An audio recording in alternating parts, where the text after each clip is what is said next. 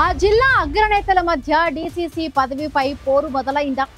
తన అనుచర వర్గానికి డీసీసీ పీఠంపై కూర్చోబెట్టేందుకు అగ్రనేతలు పావులు కదుపుతున్నారా?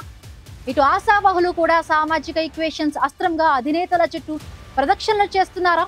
ఇంతకీ పదవి కోసం పైరవీలు చేస్తున్న ఆ నేతలెవరు? వారి అనుచరుల కోసం అస్త్ర శస్త్రాలన్నీ బయటకు తీస్తున్న ఆ సీనియర్లెవరు?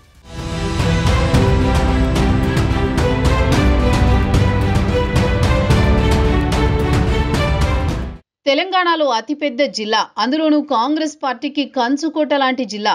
రాష్ట్ర రాజకీయాలను శాసించే సీనియర్లు ఉన్న నల్గొండలో డీసీసీ పదవి ప్రతిష్టాత్మకంగా మారింది.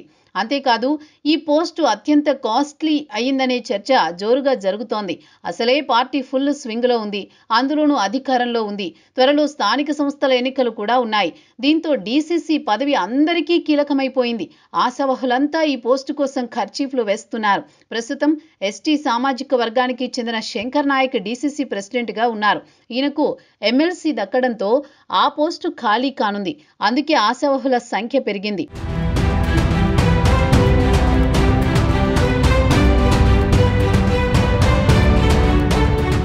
నల్గొండ జిల్లా డీసీసీ పదవి కోసం సీనియర్లు కుందూరు జానారెడ్డి, మంత్రి కోమటిరెడ్డి వెంకటరెడ్డి పంతం నీదానాదా అన్నట్టు ప్రయత్నాలు చేస్తున్నారట. జానారెడ్డి తన అనుచరుడు కొండేటి మల్లయ్యకు డీసీసీ పదవి ఇవ్వాలని ప్రతిపాదన పెట్టారట.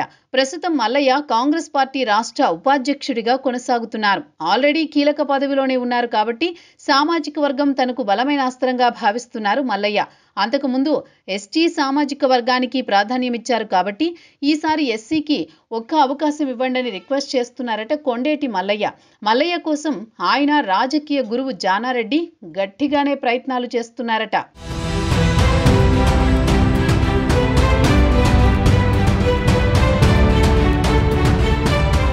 డీసీసీ పదవి జనరల్ కి ఇస్తే రేసులో మేమున్నామంటూ ముందుకొస్తున్నారు మంత్రి కోమటిరెడ్డి వెంకటరెడ్డి అనుచరులు. నల్గొండకు చెందిన గుమ్ముల మోహన్ రెడ్డి కూడా పార్టీ రాష్ట్ర ఉపాధ్యక్ష పదవిలో కొనసాగుతున్నారు. అయినా ఈ పదవిపై ఆయన సంతృప్తిగా లేరు. డీసీసీ పదవిపై గురిపెట్టారు మోహన్ రెడ్డి. అప్పట్లో తనకు ఇష్టం లేని పదవి ఇచ్చారని, తన హోదాకు రాష్ట్ర ఉపాధ్యక్ష పదవి చాలా చిన్నదని ఓపెన్ గానే కామెంట్స్ చేశారు గుమ్ముల మోహన్ రెడ్డి. తనకన్నా జూనియర్లకు పెద్ద పదవి వచ్చి తనకు మాత్రం చిన్నచూపు చూశారని అధిష్టానం తీరుపై అలక వహించారాయన. ఇక కోమటిరెడ్డి వెంకటరెడ్డి మరో అనుచరుడు బొల్ల వెంకటరెడ్డి కూడా ఛాన్స్ ప్లీజ్ అంటున్నారు.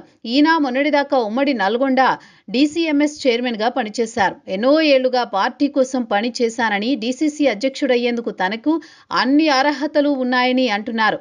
వీరిద్దరిలో ఎవరికైనా ఓకే అంటూ అధిష్టానం దగ్గర ప్రతిపాదన పెట్టారట మంత్రి కోమటిరెడ్డి.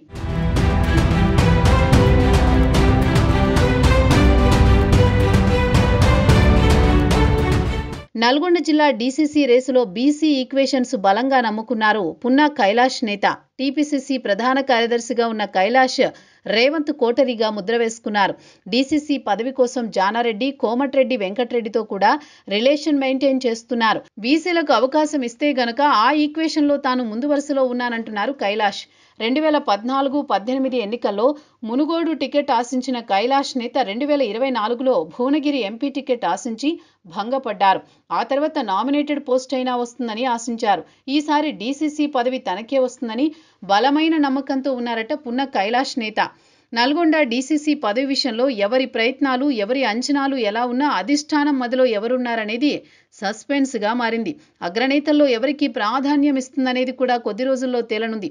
మరి డీసీసీ దక్కే ఆ లక్కీ లీడర్ ఎవరో చూడాలి.